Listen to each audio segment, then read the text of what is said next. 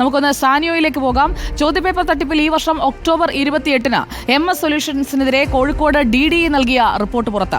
താമരശ്ശേരി ജില്ലാ വിദ്യാഭ്യാസ ഓഫീസിന്റെ പരിധിയിൽ പ്രവർത്തിക്കുന്ന MS സൊല്യൂഷൻസിനെതിരെ നടപടിയെടുക്കണമെന്നായിരുന്നു റിപ്പോർട്ടിലെ ആവശ്യം. അതിനിടെ MS സൊല്യൂഷനെതിരെ കോഴിക്കോട് SP-ക്ക് KSU പരാതി നൽകി. സാനിയോ മനോമി നമുക്കൊപ്പം ചേരുന്നു. Good evening Sanio മനോമി.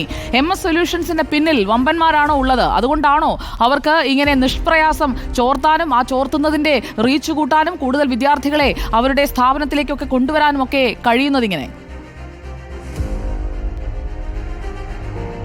അതായത് സുജയ, വമ്പന്മാരാണ് MS സൊല്യൂഷൻസിന്റെ പിന്നിലുള്ളത് എന്നാണ് KSUവിന്റെ ആരോപണം. അതായത് കള്ളപ്പണമടക്കം വ്യാപകമായി ഒഴുകുന്നു. അങ്ങനെയാണ് കള്ളപ്പണം വെളുപ്പിക്കാനുള്ള പ്രവൃത്തികളടക്കം ഈ ഒരു ട്യൂഷൻ സെന്ററിന്റെ മറവിൽ നടക്കുന്നുണ്ട്. അതുകൊണ്ട് തന്നെ ED അന്വേഷണം ഈ വിഷയത്തിൽ വേണമെന്നാണ് ഇപ്പോൾ KSU ആവശ്യപ്പെട്ടിരിക്കുന്നത്. ഇപ്പോൾ നമ്മളൊരു റിപ്പോർട്ടിന്റെ കാര്യം പറഞ്ഞു. അതായത് നേരത്തെ തന്നെ കോഴിക്കോട് വിദ്യാഭ്യാസ ഉപഡയറക്ടർക്ക് ഈ ഒരു ചോദ്യപേപ്പർ ചോർത്തലുമായി വിവരമുണ്ടായിരുന്നു, അതുമായി ബന്ധപ്പെട്ട വിവരമുണ്ടായിരുന്നു എന്നാണ് ഈ റിപ്പോർട്ടിൽ നിന്ന് നമുക്ക് മനസ്സിലാക്കാവുന്നത്.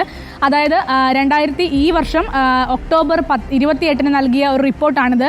താമരശ്ശേരി ഉപവിദ്യാഭ്യാസ ഡയറക്ടർക്ക് കീഴിൽ പ്രവർത്തിക്കുന്ന MS സൊല്യൂഷൻസ് ഇത്തരത്തിൽ പരീക്ഷയുടെ തലേ ദിവസം ചോദ്യപേപ്പർ പ്രവചിക്കുന്നതായി അതിൽ വിവരം കിട്ടിയിട്ടുണ്ട്. കൃത്യമായ ചോദ്യപേപ്പർ അങ്ങനെ തന്നെയാണ് ആവർത്തിക്കുന്നതെന്ന് വിവരം കിട്ടിയിട്ടുണ്ട്.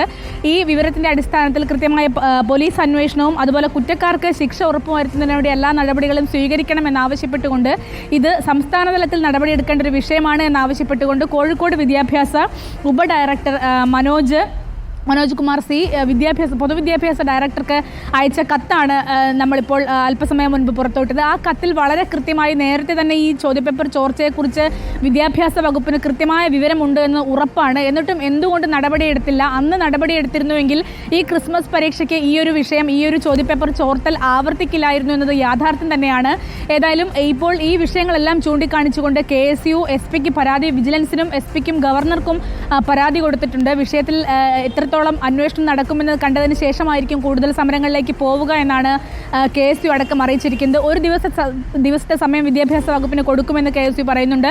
മറ്റന്നാൾ ആയിട്ടും ഈ ഒരു ഓൺലൈൻ യൂട്യൂബ് ചാനൽ പൂട്ടാനുള്ള നടപടികൾ എടുത്തില്ല എങ്കിൽ മറ്റന്നാൾ വലിയ സമരം ഉണ്ടാകുമെന്നാണ് KSU പറയുന്നത്. ഏതായാലും ഈ റിപ്പോർട്ട് വളരെയധികം ഗൗരവമുള്ള റിപ്പോർട്ട് തന്നെയാണ്. കാരണം നേരത്തെ തന്നെ ഇത്തരത്തിൽ MS സൊല്യൂഷൻസിന്റെ പേരടക്കം വെച്ചുകൊണ്ടാണ് കൊടുവള്ളിയിലെ എവിടെയാണിത് സ്ഥിതി ചെയ്യുന്നതെന്ന് അടക്കം വെച്ചുകൊണ്ട് വിദ്യാഭ്യാസ ഉപഡയറക്ടർ പൊതുവിദ്യാഭ്യാസ ഡയറക്ടറിന് പരാതി കൊടുത്തിട്ടും ഒരു നടപടിയും ഇല്ലാത്തത് കൊണ്ടാണ് ഇത് ആവർത്തിക്കുന്നത് എന്നതിൽ യാതൊരു സംശയവുമില്ല.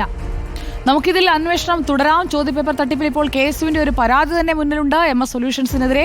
അതോടൊപ്പം അന്വേഷണ റിപ്പോർട്ട് മുന്നിലുണ്ട്. ഇനി നടപടിയെടുക്കേണ്ടത് വിദ്യാഭ്യാസ വകുപ്പാണ്.